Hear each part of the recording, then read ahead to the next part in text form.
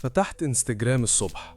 صحابك، الأول بعت صور فرحه، التاني بعت صور بيته الجديد، التالت كتب الحمد لله على النجاح. وانت لسه في نفس المكان. وبدأت تسأل نفسك ايه اللي بيحصل؟ أنا بعمل ايه غلط؟ ليه الكل ماشي وأنا واقف؟ وأحيانا بتيجي لحظة تحس فيها إن القطر فاتك وإن الرصيف بقى مكانك الدايم. رسالة لقلبك، خليني أقولك حاجة. ربنا ما بيشتغلش بالساعة اللي في إيدك. ربنا بيقول ولكل وجهة هو موليها. كل واحد عنده وجهة، طريق مرسوم، وميعاد متفصل على مقاسه هو، مش مقاس حد تاني. القطر اللي حاسس إنه فاتك ده ما كانش قطرك. قطرك بيتجهز لك دلوقتي، بيتفصل على مقاسك، بيستنى اللحظة الصح.